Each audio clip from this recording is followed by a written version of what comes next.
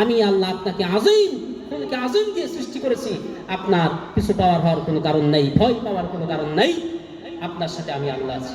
আমার ভাইয়েরা, পৃথিবীতে প্রত্যেকটি জাতির জন্য প্রত্যেক এলাকায় আল্লাহ রাব্বুল আলামিন নবী রাসূল প্রেরণ করেছেন।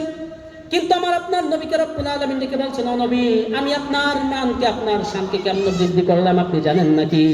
ও নবী, পৃথিবীতে যত নবী পাঠিয়েছি সকল নবীদেরকে নির্দিষ্ট একটা ভূখণ্ডের জন্য পাঠিয়েছি, নির্দিষ্ট একটি এলাকার জন্য পাঠিয়েছি, একটি কওমের জন্য পাঠিয়েছি।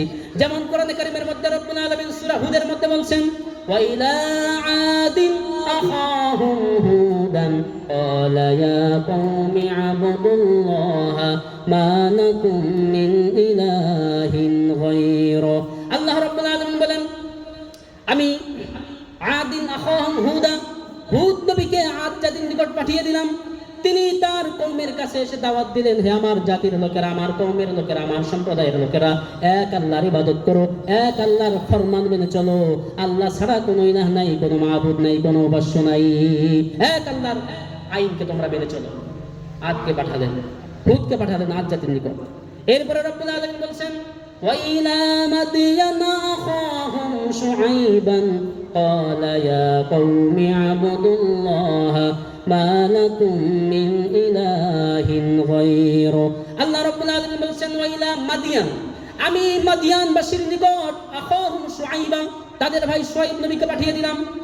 তাদের এই স্বজাতির ভাই শুআইব নবীকে পাঠিয়ে দিলাম, মাদিয়ান নগরীতে যাও।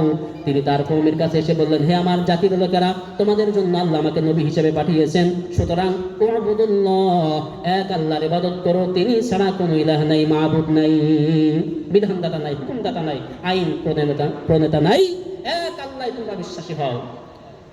এরপর আল্লাহ পাক বলছেন, নূহ নবীকে পাঠালাম তার কওমের জন্য, গোটা পৃথিবীর জন্য কিন্তু নবীদেরকে পাঠানো হয় নাই।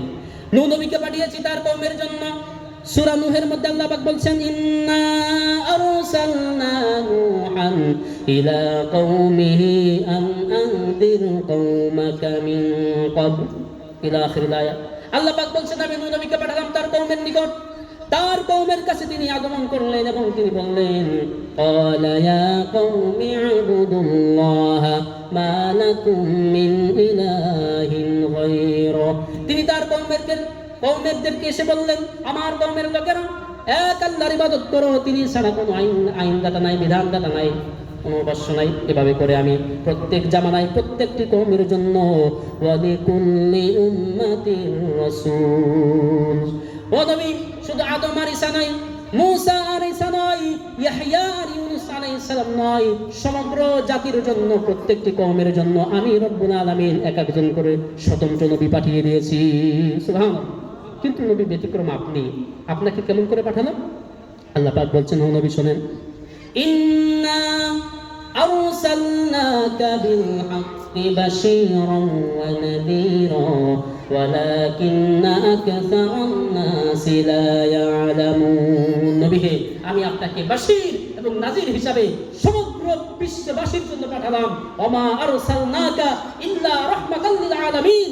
নবী হে, আপনি হচ্ছেন সমগ্র পৃথিবীবাসীর জন্য রহমত, আল্লাহর পক্ষ থেকে রহমত। সুবহানাল্লাহ বলবেন না? সব নবীদেরকে পাঠালেন এক একটা এলাকা ভিত্তিক। আপনি নবী ঈশ্বরকে দাওয়াত দিবেন, আপনি পাবনায় দাওয়াত দিবেন, আপনি ভেড়ামারায় দাওয়াত দিবেন, আর আমার আপনার নবীকে বলা হলো কি নবী? আপনি নবী সমগ্র পৃথিবীতে দাওয়াত দিবেন। কোন সুবহানাল্লাহ। সমগ্র পৃথিবীর কালিমার ছায়াতলে আশ্রয় গ্রহণ করবে আপনার হাতে হাত রেখে, আপনার হাতে হাত রেখে, আপনার হাতে তারা বায়াত গ্রহণ করবে। আমার ভাইরা, এই জন্য এমন নবীর উম্মত আমরা হয়েছি যেই নবীর দাম আল্লাহ রাব্বুল আলামিনের আসমানের নিচে জমিনের উপরে যেই নবীর থেকে দামি জিনিস আর কোনো কিছু নাই।